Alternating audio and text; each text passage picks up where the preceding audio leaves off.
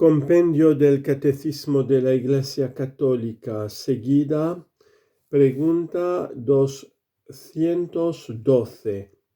¿En qué consiste el infierno? Respuesta. Consiste en la condenación eterna de todos aquellos que mueren por libre elección en pecado mortal. La pena principal del infierno consiste en la separación eterna de Dios, en quien únicamente encuentra el hombre la vida y la felicidad, para las que ha sido creado y a las que aspira.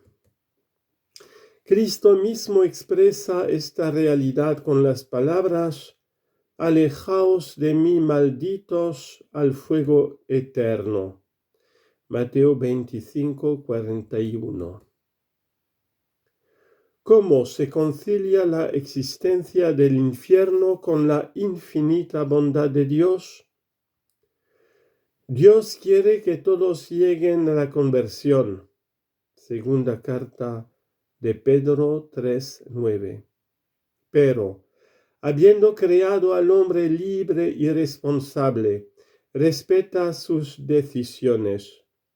Por tanto, es el hombre mismo quien con plena autonomía se excluye voluntariamente de la comunión con Dios, si en el momento de la propia muerte persiste en el pecado mortal, rechazando el amor misericordioso de Dios. ¿En qué consistirá el juicio final? El juicio final, universal, consistirá en la sentencia de vida bienaventurada o de condena eterna que el Señor Jesús, retornando como juez de vivos y muertos, emitirá respecto de los justos y de los pecadores. Hechos 24:15. Reunidos todos juntos delante de sí. Tras del juicio final, el cuerpo resucitado participará de la retribución que el alma ha recibido en el juicio particular.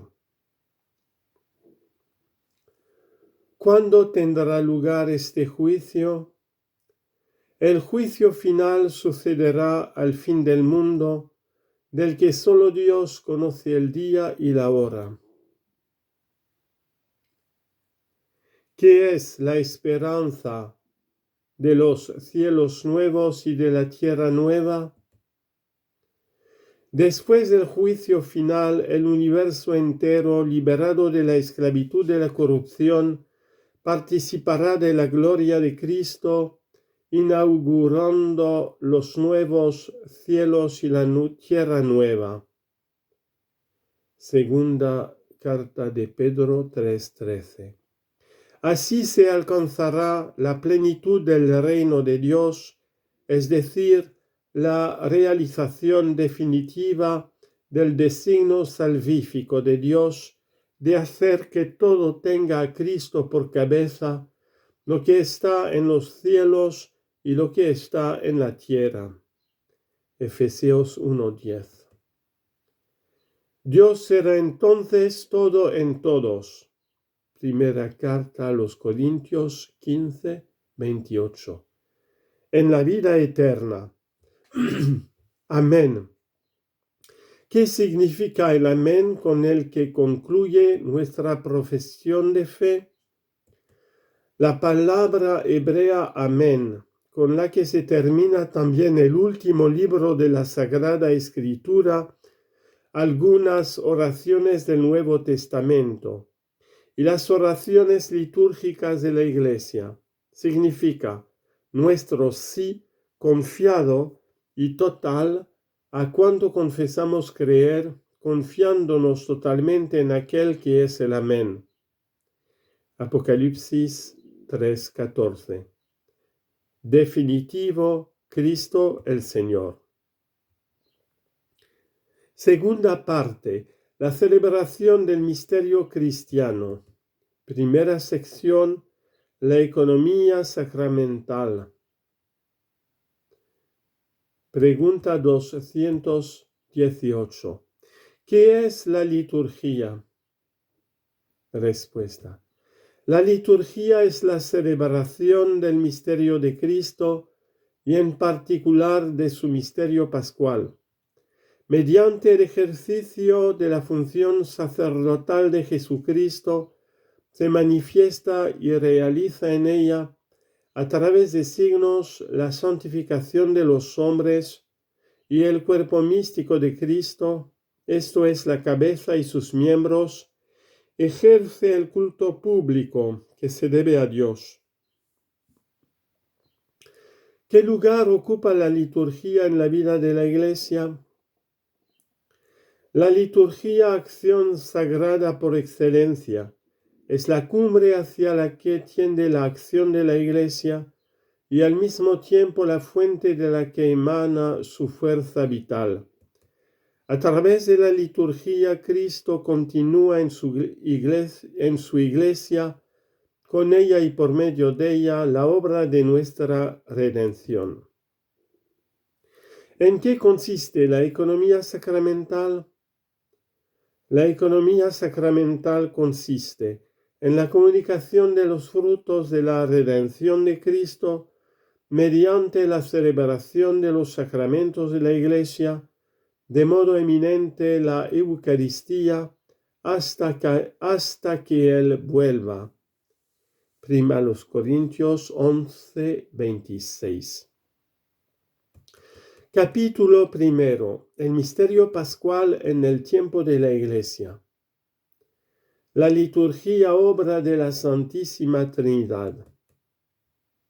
Pregunta 221. ¿De qué modo el Padre es fuente y fin de la liturgia? En la liturgia el Padre nos colma de sus bendiciones en el Hijo encarnado, muerto y resucitado por nosotros, y derrama en nuestros corazones el Espíritu Santo. Al mismo tiempo, la Iglesia bendice al Padre mediante la adoración, la alabanza y la acción de gracias, e implora el don de su Hijo y del Espíritu Santo. ¿Cuál es la obra de Cristo en la liturgia? En la liturgia de la Iglesia, Cristo significa y realiza principalmente su misterio pascual.